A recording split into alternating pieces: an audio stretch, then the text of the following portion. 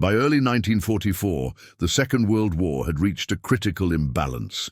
Nazi Germany still controlled most of Western Europe, yet its strategic position was quietly eroding.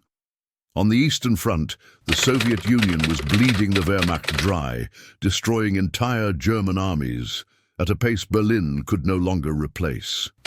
In the Mediterranean, Allied forces had pushed through North Africa and into Italy, but those advances alone could not break Germany's grip on Europe. What the war lacked was a decisive Western blow. Since 1941, Joseph Stalin had repeatedly demanded a second front in Western Europe. Every month it was delayed meant millions more Soviet casualties. The United States and Britain understood this pressure, but they also understood the cost of failure. A direct invasion of Nazi-occupied France would be the largest amphibious assault in human history. If it failed, the war could be prolonged for years, or lost politically and militarily. The question was no longer if the Allies would invade Western Europe. The question was how, when, and where. Germany expected an invasion. Adolf Hitler was obsessed with the Atlantic Wall, a massive defensive system stretching from Norway to the Spanish border. Concrete bunkers, minefields, steel obstacles, artillery emplacements, and millions of tons of reinforced fortifications lined the coast. To Hitler, the invasion would come where it made the most sense geographically, the shortest crossing from Britain to France. That assumption would shape everything that followed. Within Allied headquarters, the planning was slow, tense, and brutally analytical. Every potential landing site was examined and rejected for specific reasons: terrain too steep, ports too small, tides too dangerous, German defenses too dense. This was not a question of bravery or numbers. It was a problem of logistics, geography, and time. An invasion force could not survive on courage alone. It needed ports, roads, flat ground for airstrips, and weather conditions that allowed naval and air coordination. A single mistake, bad tides, wrong wind, or exposed beaches could drown thousands of men before they even reached land. By late 1943, Allied planners understood something essential. The invasion would succeed not by attacking where Germany was strongest, but where Germany was most confident it knew the answer. And that realization quietly set the stage for June 6, 1944. Once the decision to invade Western Europe became unavoidable, Allied planners faced a problem that was deceptively simple. Where could an army actually land and survive? On a map, northern France offered dozens of possible beaches. In reality, almost all of them were unusable. The most obvious choice was Pas-de-Calais. It was the shortest distance from Britain, barely 20 miles across the Channel. It had direct road networks leading toward Paris and Germany. It could support large forces moving inland quickly. From a purely geometric perspective, Calais made perfect sense. And that was precisely the problem. The Germans agreed.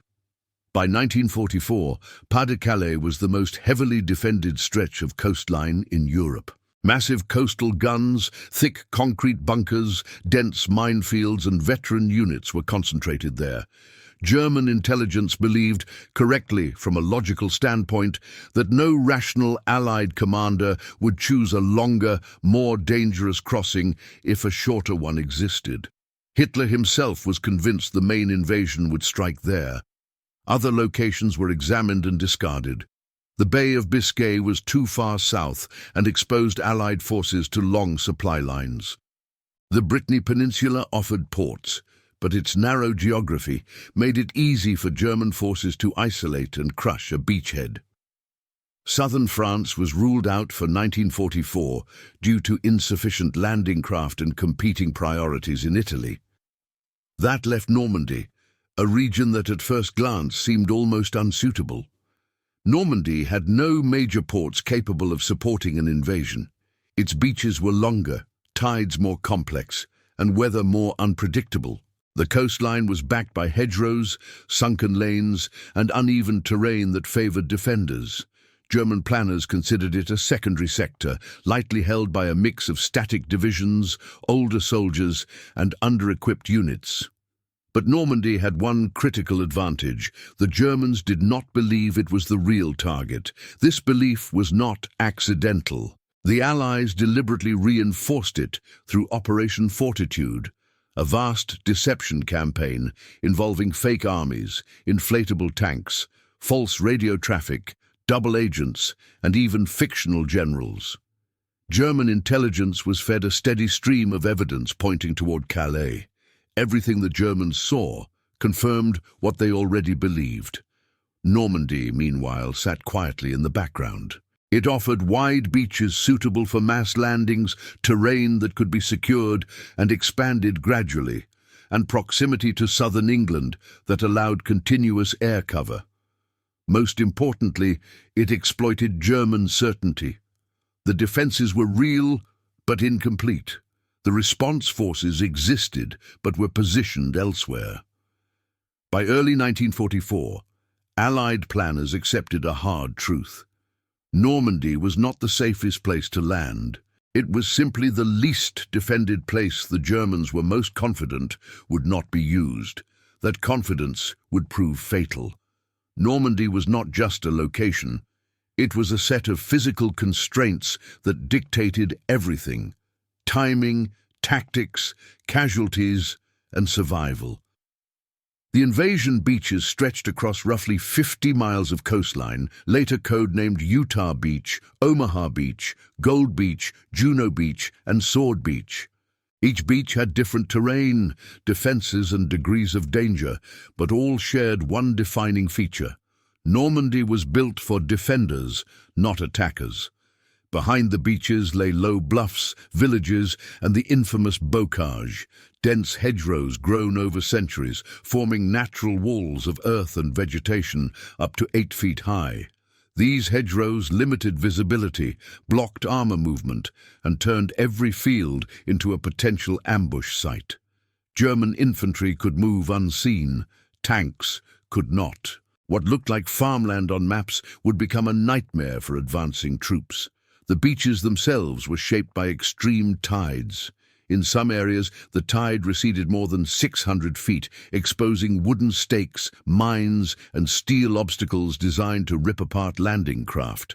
The Allies needed low tide to expose these obstacles for demolition teams, but they also needed enough light to navigate, identify exits, and coordinate airborne and naval fire. That combination occurred only a few days each month. Then there was the weather. Early June 1944 brought violent storms to the English Channel. High winds, rough seas, and heavy cloud cover grounded aircraft and scattered naval formations. German meteorologists concluded that no invasion was possible under such conditions. Senior commanders left their posts. Some even traveled inland for war games and leave. But Allied forecasters, working with limited Atlantic data, identified a narrow break. June 6, 1944. The decision was made under immense risk. If the forecast was wrong, airborne troops would be scattered, landing craft would capsize, and naval gunfire would miss its targets. If Eisenhower delayed, the next viable window would not come for weeks, time the Allies could not afford. The invasion was set for shortly after midnight, with airborne drops beginning around 12:30 a.m., and followed by amphibious landings at approximately 6:30 a.m. local time. Temperatures hovered around 55 degrees, 13 degrees. The sea was cold, the sky was overcast. Civilians still lived in the coastal villages, many trapped between German fortifications and the coming bombardment. Inside the transports and landing ships, the invasion stopped being abstract. It became physical. American soldiers wore the M1 steel helmet and the olive-drab M1 1941 field jacket, many with assault vests and gas mask bags slung across the chest.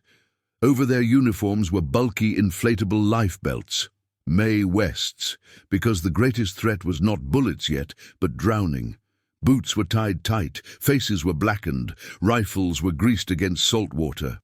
Men checked each other's straps in silence because every extra pound mattered the moment a ramp dropped into surf. Crucially, the Germans did not believe Normandy was the main effort. Even as reports arrived of airborne landings, German command assumed this was a diversion. The real invasion, they believed, would still come at Pas-de-Calais. That assumption meant precious hours were lost. Normandy's geography was unforgiving. Its weather was unstable. Its timing was razor-thin. But those very risks created the one thing the Allies needed most: surprise bought with uncertainty. D-Day was not improvised. It was the most carefully structured military operation in history, built on hierarchy, logistics, and clear chains of command. At the top stood Dwight D. Eisenhower, Supreme Allied Commander in Europe. Eisenhower was not chosen for tactical brilliance, but for something rarer: his ability to manage egos, nations, and pressure. British and American generals answered to him. Every major decision ultimately passed through his desk, including the one that would send thousands to their deaths before sunrise. Under Eisenhower, the invasion was divided by domain. Ground forces were led by Bernard Montgomery, responsible for the overall land plan. Montgomery favored overwhelming force and strict timing. The initial objective was not a deep breakout, but survival, securing the beaches, linking them together, and holding until reinforcements arrived. Naval forces fell under Bertram Ramsay, commanding the largest invasion fleet ever assembled. Over 6,900 vessels were committed: battleships, cruisers, destroyers, landing ships, landing craft, minesweepers, and support vessels. Their job was brutal and precise: deliver troops, suppress defenses, and keep the sea lanes open regardless of losses. Air operations were coordinated by Trafford Leigh-Mallory, who initially opposed the airborne drops, fearing catastrophic casualties. Eisenhower overruled him. That decision would prove costly, but decisive. The scale was unprecedented. On June 6th alone, approximately 156,000 Allied troops would land in Normandy. 773,000 Americans at Utah and Omaha, 183,000 British and Canadian forces at Gold, Juno, and Sword. Supporting them were 11,500 aircraft, including fighters, bombers, transports, and gliders. The airborne arm was built around C-47 Skytrain transports towing wooden gliders, Waco CG-4A for the Americans, Horsa and Hamilcar gliders for the British. Fighters and fighter bombers, P-51 Mustangs, P-47 Thunderbolts, RAF Typhoons, and Spitfires would hunt German movement.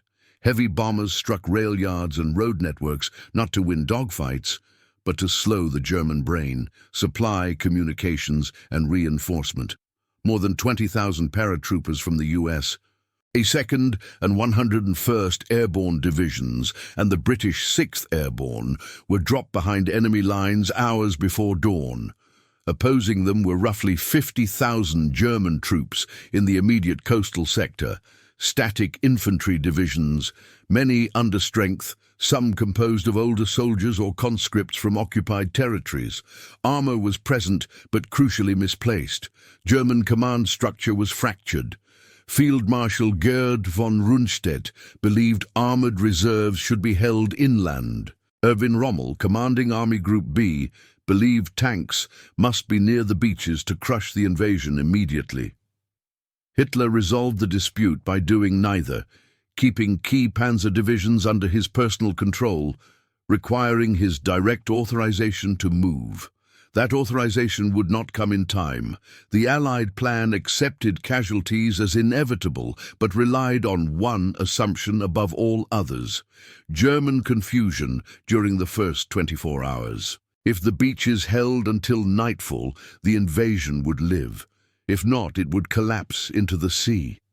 Every soldier who boarded a landing craft that night did so, knowing this was not a battle of maneuver. It was a battle against time, steel, and doubt.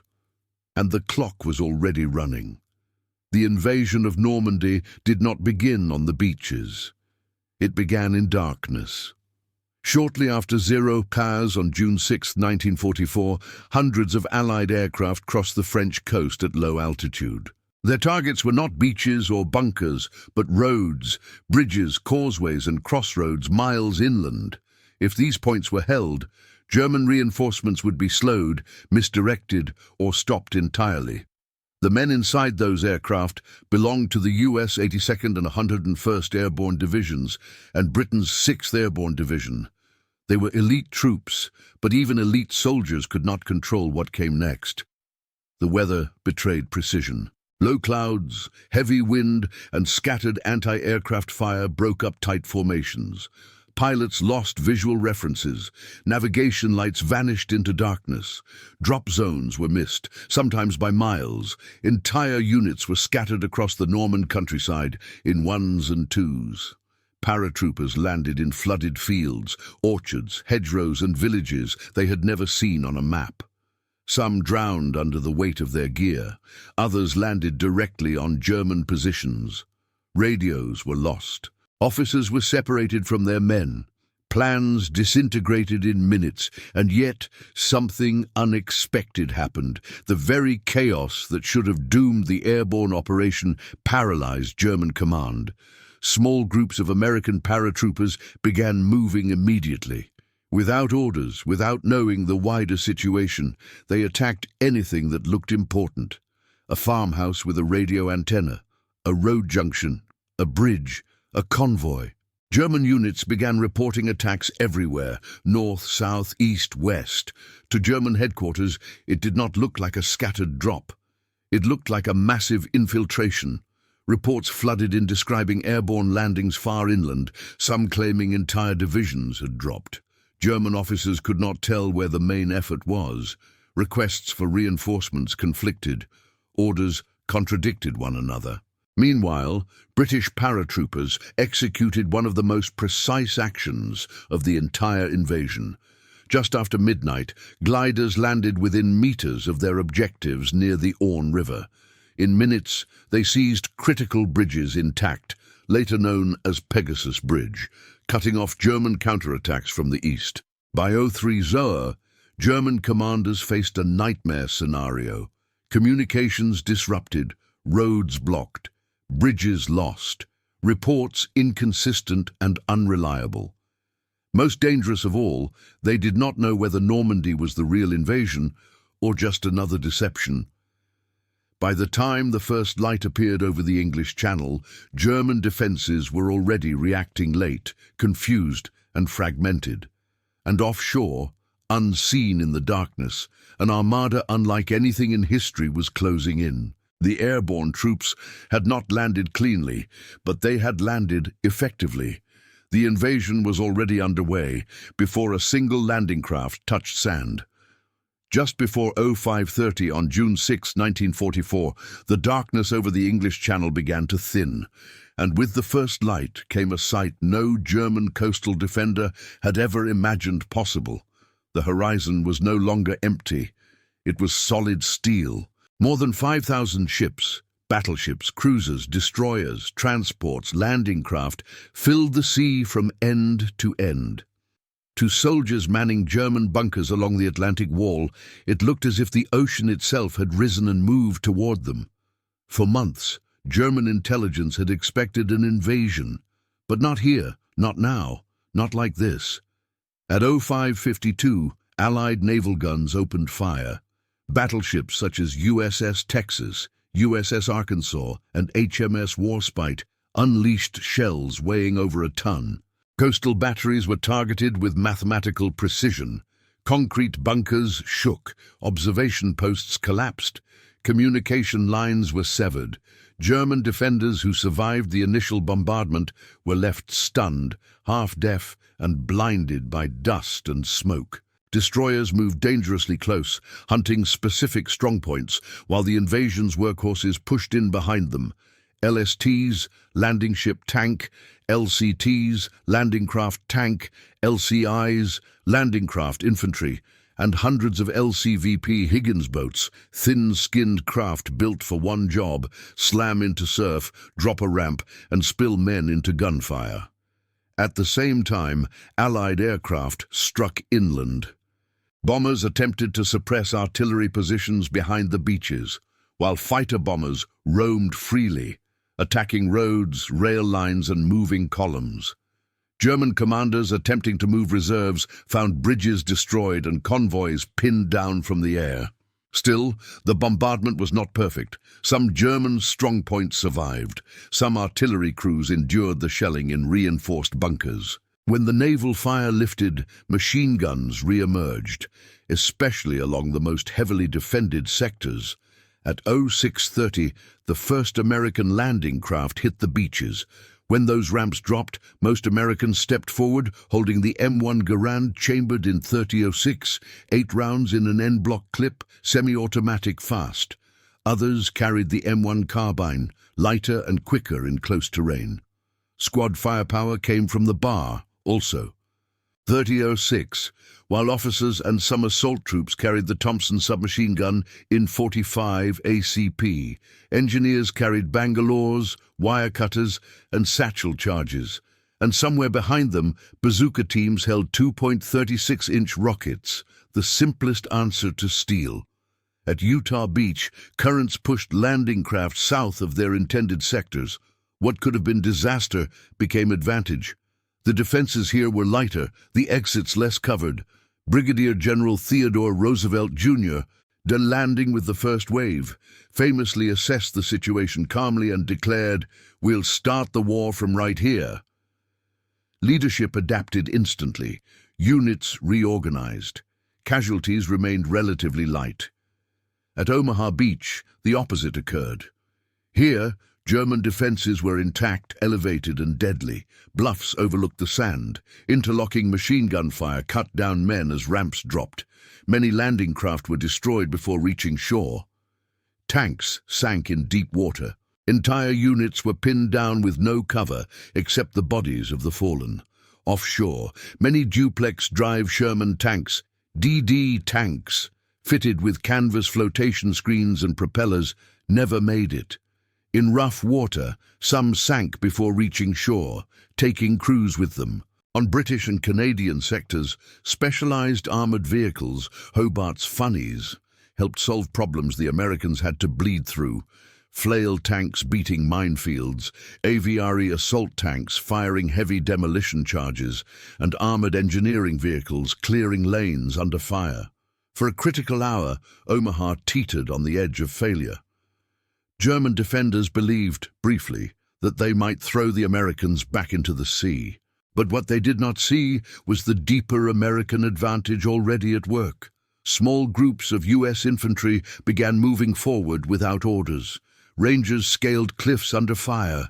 Naval destroyers risked grounding themselves to bring direct fire against bunkers at point-blank range. Engineers blew gaps in wire and obstacles under machine gun fire. There was no single heroic breakthrough.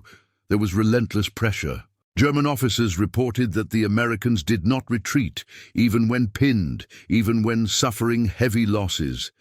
The attack did not collapse. It absorbed damage and continued. By mid-morning, German command faced a terrible realization. This was not a probe, not a diversion, not another deception. This was the invasion, and they were already reacting too slowly. If you're still with the story at this point, take a second to subscribe. This channel isn't about quick summaries. This is about understanding how battles are actually decided. As fighting raged on the beaches, the German High Command faced a problem far more dangerous than Allied firepower: paralysis at the top. In the early hours of June 6th, reports flooded German headquarters across France. Radar contacts, airborne landings, naval bombardments, coastal engagements. None of it formed a clear picture. To German commanders, this looked exactly like what they had been warned about for months: a large-scale diversion. Field Marshal Gerd von Rundstedt, overall commander in the West, suspected the truth almost immediately. So did Erwin Rommel's staff. But suspicion was not authority. The key decision, Releasing Germany's armored reserves did not belong to the generals in France. It belonged to Adolf Hitler personally, and Hitler was asleep. German doctrine required Hitler's direct approval to move the powerful Panzer divisions held in reserve near Paris. These units, elite, mobile, and still dangerous, were meant to crush the invasion at the shoreline. But no one dared wake him without absolute certainty. By the time Hitler was informed, late in the morning, doubt still ruled Berlin. Was Normandy the real invasion? Or was it the prelude to a far larger landing at Pas-de-Calais? For years, Allied deception had trained the Germans to expect a trick. Fake radio traffic, phantom armies, double agents, and false preparations all pointed toward Calais. Even now, German intelligence believed the main blow was still coming elsewhere. As a result, Hitler hesitated. Orders were delayed, counterattacks were postponed, critical hours slipped away. On the ground, German commanders fought bravely but blindly. Local units counterattacked without coordination. Infantry assaulted without armor support. Artillery lacked ammunition due to Allied airstrikes on supply routes. Communications broke down as command posts were destroyed or cut off. At Omaha Beach, German officers repeatedly requested reinforcements that never arrived. At Utah, defenders were shocked by how quickly American forces pushed inland. At British and Canadian beaches, German resistance stiffened, but could not stop the advance. By midday, the truth became impossible to deny. This was not a diversion. This was the main effort. Hitler finally authorized the release of some Panzer units, but now they moved under relentless Allied air superiority. Columns advanced only at night. By day, they were hunted, bombed, and forced into hiding. What had been designed as a swift, crushing counterattack became a slow, fragmented response. The greatest German advantage, mobile armored warfare, was neutralized not by tanks, but by time. And time was exactly what the Americans, British, and Canadians needed.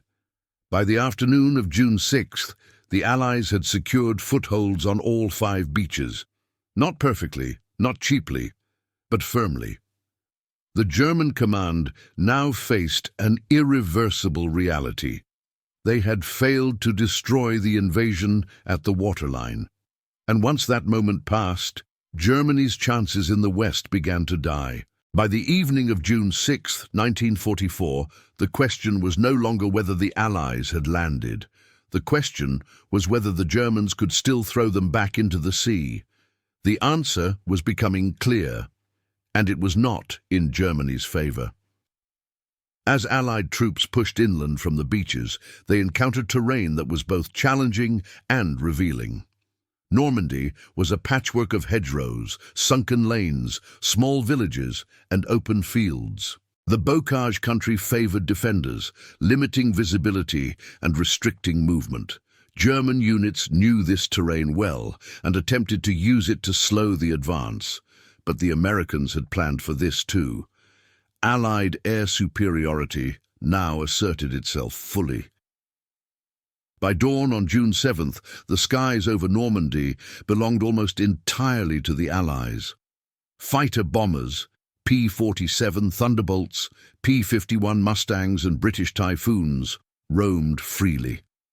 Any German movement during daylight invited destruction. P-47s and Typhoons became airborne artillery. They didn't need perfect aim. They needed to make movement expensive. A German column on a road in daylight became a target. A fuel truck became a disaster. A single destroyed bridge became a dead division. For German officers trained to think in maneuvers and counterstrokes, it felt like fighting inside a shrinking box. Columns halted, fuel trucks were abandoned. Tanks were camouflaged under trees and barns, unable to maneuver without risking annihilation from above. This was not accidental. The Allied air campaign was designed to do more than bomb beaches. It severed command, supply, and mobility. German units fought where they stood, increasingly isolated, increasingly blind. Meanwhile, the Allies pursued their immediate objectives with discipline. The Americans pushed toward Carentan, seeking to link Utah and Omaha beaches into a continuous front. British forces advanced toward Caen, a vital road and rail hub. Canadian units secured ground along the coastal axis, tightening the noose around German defenses. Progress was uneven. Casualties remained heavy. Some objectives were delayed by days, even weeks. But strategically, the invasion had already succeeded. Why? Because the Germans were no longer fighting a coordinated battle. They were reacting, too late, with too little, and in the wrong places. German commanders realized they faced an enemy unlike any they had encountered before. This was not a raid, not a limited landing, not a probe. This was an industrial-scale invasion backed by limitless logistics. Behind the front lines, Allied engineers were already building temporary ports, fuel pipelines, airstrips, and supply dumps. Every hour strengthened the Allied position. Every delay weakened Germany's ability to respond.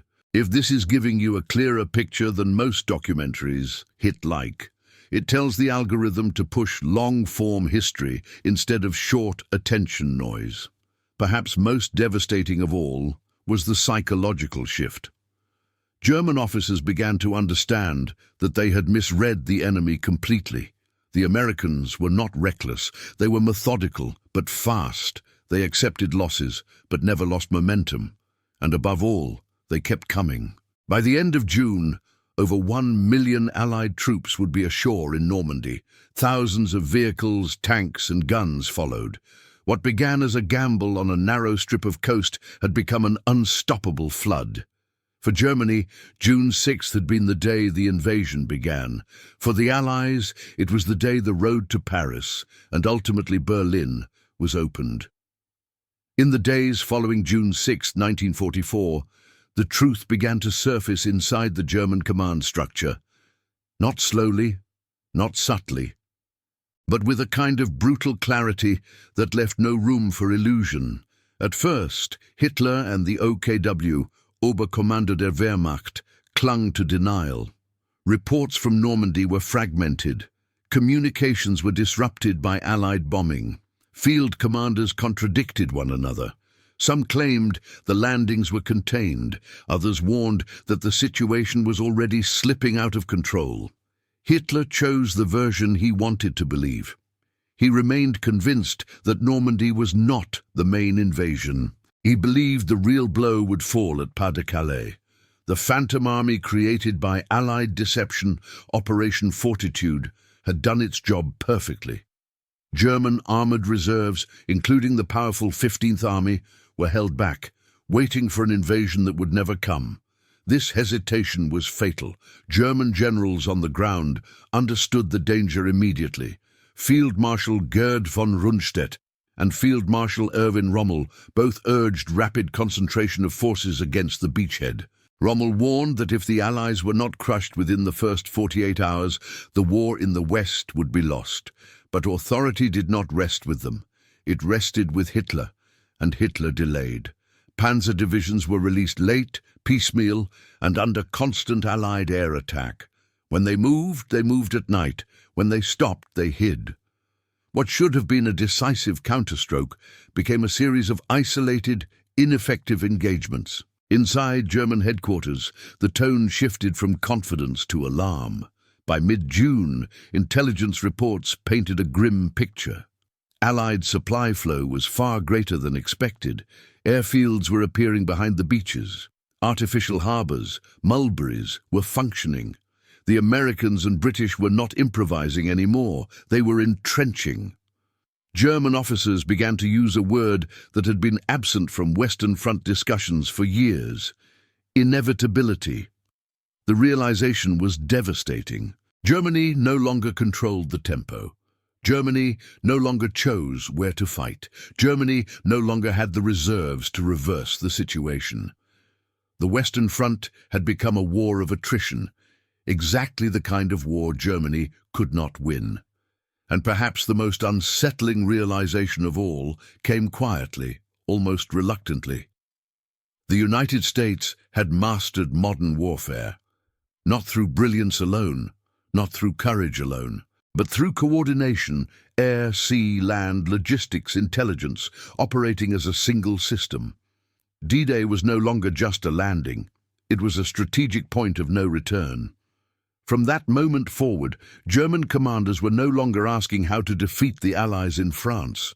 They were asking how long Germany itself could survive. D-Day was never meant to be a single victorious day. It was meant to be the opening mechanism of something far larger. The true objective of June 6, 1944, was not simply to land troops on French beaches or even to liberate Normandy. The objective was structural. To force Germany into a two-front land war it no longer had the strength, fuel, or manpower to sustain. And in that objective, D-Day succeeded completely. Within weeks, the Allied beachhead transformed into a logistical machine unlike anything the world had ever seen. By late June, over 850,000 Allied soldiers, 150,000 vehicles, and 570,000 tons of supplies had crossed the English Channel. The Germans, who had expected chaos and delay, instead faced an industrial tide that never slowed. What followed behind the riflemen was the real weapon: movement. UKW amphibious trucks crawled from surf to sand to road. Bulldozers carved exits.